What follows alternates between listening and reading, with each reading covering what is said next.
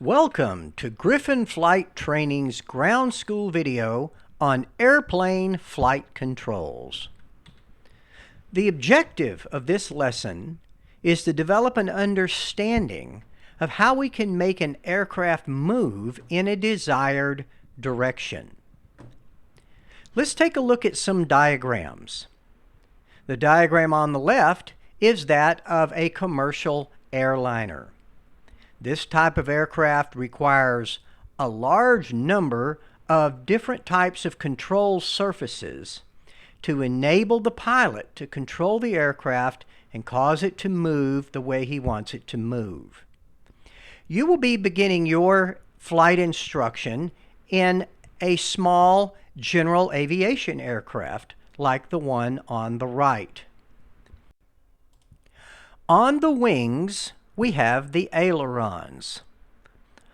On the horizontal stabilizer, we have the elevator. And on the tail, we have the rudder. These control surfaces allow us to move the aircraft along the three directional axes. The three axes are first the lateral axis, which runs from left to right through the center of the aircraft. The elevator allows us to control movement along the lateral axis. We can use the elevator to pitch the aircraft up or pitch the aircraft down. The vertical axis is controlled by the rudder. The rudder enables us to control yaw, to move the aircraft and point the nose to the right or to the left. And the longitudinal axis is controlled by the ailerons. The ailerons allow us to roll the aircraft to the right or to the left. On the ground, we use the throttle to control our speed. We taxi at wake speed, which is typically the speed of a brisk walk. You want to taxi at a speed that enables you to maintain control at all times, to be ready to stop for vehicles, personnel, or other aircraft. If the pavement is wet, then the taxi speed probably should be slower. On the ground, the yoke or the stick does nothing except to counteract the effects of the wind. To turn the aircraft while taxiing, we use the rudder pedals. Press the left rudder pedal and move the plane's nose to the left. Press the right rudder pedal and move the plane's nose to the right. Use small movements to prevent oscillation and jerking the aircraft from right to left. Once we get in the air, now we move the aircraft with the yoke or the stick. You can move the yoke to the right and the plane will roll to the right or clockwise. When you move the yoke or the stick to the left, then the plane will roll to the left or counterclockwise. When you move the yoke or the stick forward, then the plane pitches down. When you move the yoke or the stick towards you, then the plane pitches up. In the air, the left rudder pedal makes the plane's nose yaw to the left, and the right rudder pedal will cause the plane's nose to yaw to the right. We use pitch to control our airspeed. When the plane pitches down, the aircraft goes faster. When the plane pitches up, the aircraft goes slower. Think about driving on a level road and then you go up or down a hill. If you don't change the gas pedal, then when you go up, the car slows down. When you go down, the car speeds up. In the aircraft, you control the hill by controlling the pitch of the aircraft. If your airspeed is 90 knots and you desire to go 75 knots, what do? You pitch the aircraft up, and then the aircraft will slow down. If the airspeed is 60 knots and you desire to go 75 knots, then what do? You pitch the aircraft down, and the aircraft will speed up. When you're flying, you must combine the ailerons and the rudder pedals in order to have a coordinated turn.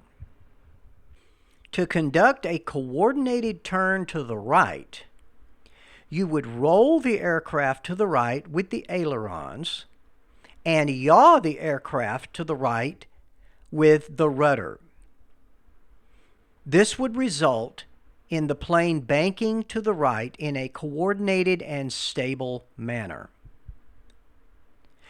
To conduct a coordinated turn to the left, you would first roll the aircraft to the left with the ailerons, coordinate that with a yaw to the left with the rudder, and then the plane will bank to the left in a stable manner. The effectiveness of control surfaces increases with speed. The more air that is flowing over the surface, the more force that is exerted to move the aircraft in the desired direction. Therefore, at low speeds, large deflections of the control surfaces are necessary, whereas at higher speeds, smaller deflections are necessary to provide the desired reaction. In a propeller-driven aircraft, any slipstream flowing over the rudder increases the rudder's effectiveness. Let's talk about turns. A wing generates lift. That lift acts perpendicular to the wing. When the airplane is in level flight, all of the lift vector acts opposite gravity to pull the airplane up. But what happens when you use the ailerons to tilt the wings into a bank? In a bank, the lift vector tilts along with the wing because it is still perpendicular to the wing. This means that it no longer exerts all of its force vertically against gravity. It now has two components, a vertical component keeping the airplane up and a horizontal component pulling the airplane to the side. It is this horizontal component of lift that causes the airplane to turn. To fully understand some of the forces acting on an airplane during a turn, let's review Newton's first law of motion, also called the law of inertia. An object at rest stays at rest, and an object in motion stays in motion at a constant velocity, unless acted upon by an external force.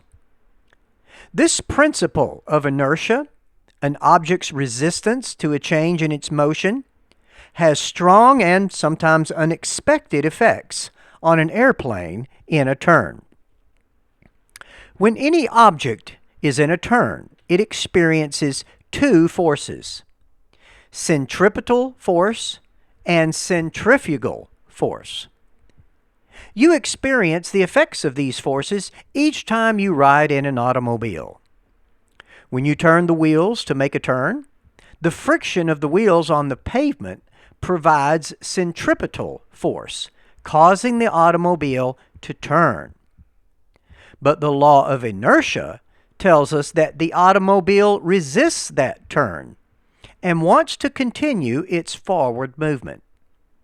This apparent force that opposes the centripetal force is called centrifugal force. You feel it when the automobile makes a hard turn and your body wants to slide the other direction in your seat. You can also see it if you put an object on the dashboard of the car. When the car makes a hard turn, the object slides across the dashboard in the opposite direction of the turn. Centripetal force is the actual force that is causing the aircraft to turn. This is the horizontal component of lift in effect. Centrifugal force opposes the turn, placing an additional load factor on the airplane. It is important for the airplane to stay in correct alignment with the turn to make a safe and aerodynamically balanced turn. This is what we call a coordinated turn. In a coordinated turn, the force of horizontal lift, causing the airplane to turn, is equal to the centrifugal force, and the aircraft is stable. The only sensation you feel in a coordinated turn is the extra load, which pushes you down more firmly in the seat. This is commonly referred to as G-force. To accomplish a coordinated turn, you must apply rudder in the direction of the turn, so that the nose of the airplane turns in the same direction, keeping the airplane aligned with the turn.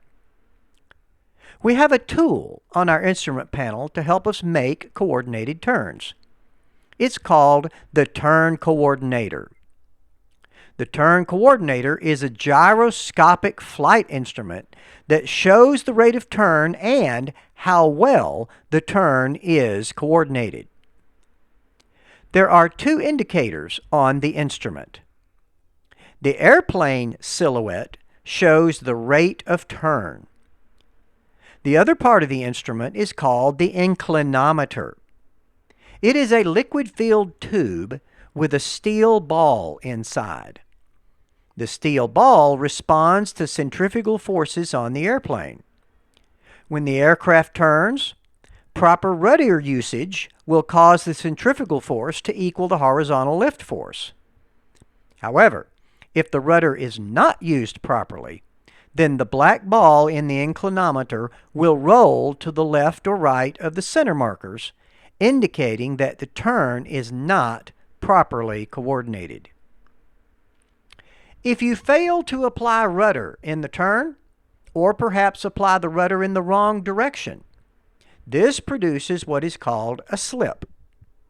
In a slip, the wings are pulling the airplane in one direction, but the nose is not following the turn, and the propeller is actually pulling the aircraft away from the turn. Notice the state of the turn coordinator in the picture. In this depiction of a slipping turn, the centrifugal force is less than the horizontal lift. The tail of the airplane is too far to the left to be lined up with the turn, and the black ball rolls off center in the same direction as the tail. To correct this, the pilot should step on the ball or press the left rudder pedal. When he does, the nose of the aircraft will turn to the left to line up with the turn. The centrifugal force and horizontal lift will equalize, and the ball will return to the center. So what happens if you use too much rudder? This produces what is called a skid. Think of it in terms of an automobile. If you turn the wheel and apply brakes on a slippery surface, the car will turn and skid sideways.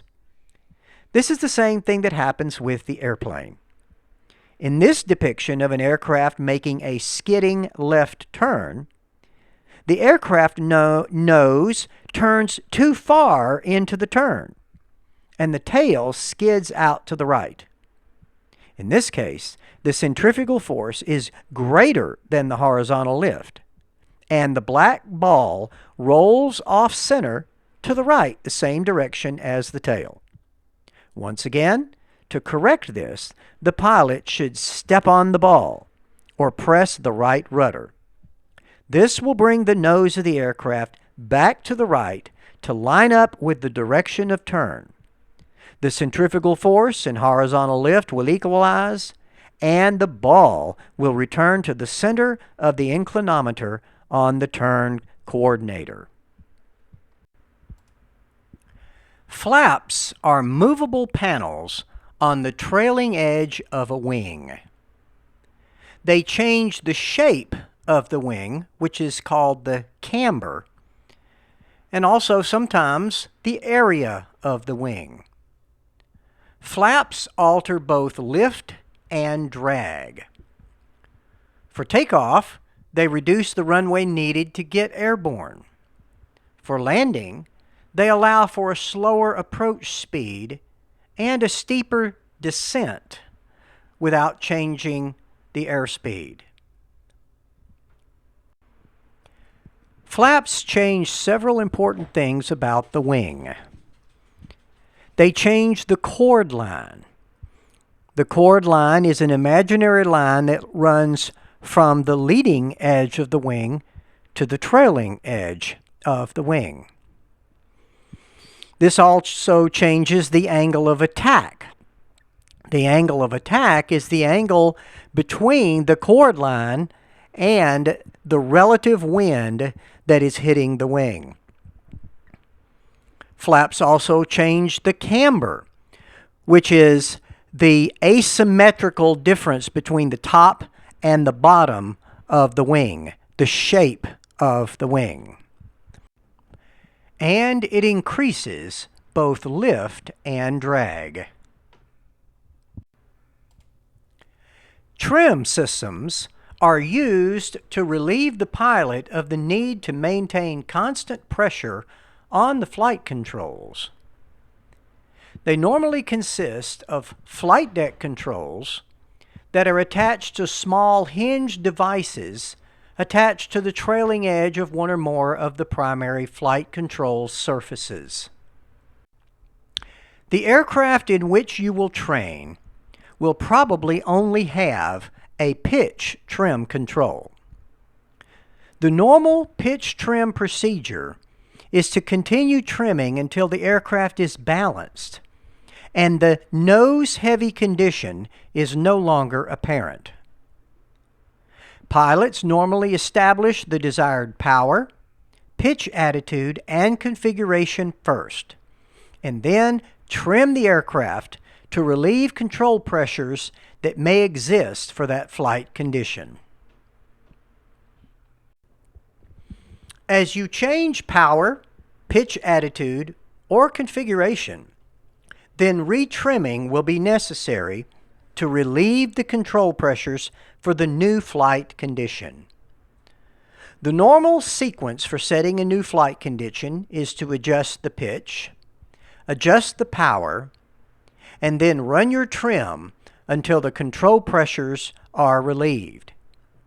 You may also need to change your rudder for the new configuration to continue with coordinated flight.